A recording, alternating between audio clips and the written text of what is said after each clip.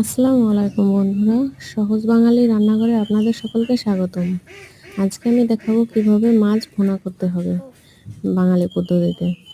প্রথমে আমি একটা মাছ নিয়েছি, তার মাঝখান থেকে কেটে নিয়েছি মাছটাকে। আর এরপরে আমি শিলনোড়ায় কিছু জিরে এবং দুটো শুকনো মরিচ নিয়েছি। তার সাথে নেব কিছু রসুন এবং কিছু পেঁয়াজ কুচি। এগুলোকে আমি ভালো করে বেটে নেব।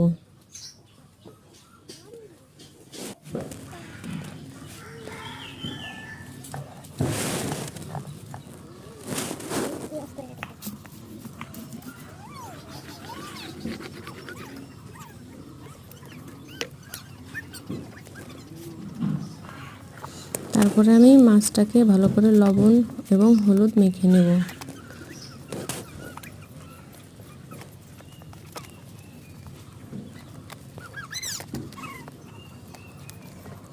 লবণ হলুদ মাখানো হয়ে গেলে এর উপরে দিয়ে দেবো কিছু সরিষার তেল।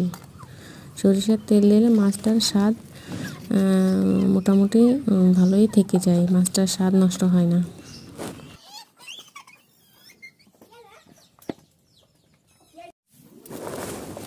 তারপর আমি চুলায় কড়াইটা নিয়ে নিয়েছি। কড়াইটা চেক করে দেবো ভালো করে গরম হয়েছে কি না। তারপর দিয়ে দেবো আমি সরিষার তেল। সরিষার তেলটা ভালো করে গরম হয়ে গেলে এর ভিতরে আমি মাছটা ছেড়ে দেবো।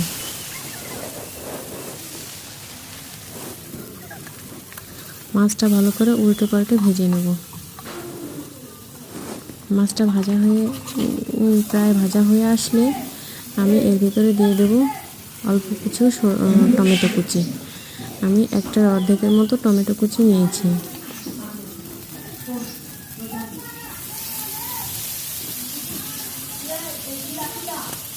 টমেটো কুচি দেওয়া হয়ে গেলে আমি এর ভিতরে দিয়ে দেবো ওই বেটে রাখা মশলাটা, একটু পানি দিয়ে হালকা করে নিয়েছি। এর ভিতরে দিয়ে দেওয়ার পর আমি একটু নেড়েচেড়ে মিশিয়ে দেব। এইভাবে মশলা দিলে মাছের স্বাদটা থেকে যায়। এরপর মাছটা কিছু সময় কষিয়ে নেব। কষিয়ে নেওয়া হয়ে গেলে আমার মাছটা রান্না হয়ে গিয়েছে। এরপর আমি মাছটা তুলে নেব। বন্ধুরা, এখন মাছটা পরিবেশন করা যাবে। এইভাবে মাছটা ভুনা করলে খেতে সুন্দর লাগে এবং আপনারা ট্রাই করে দেখতে পারেন।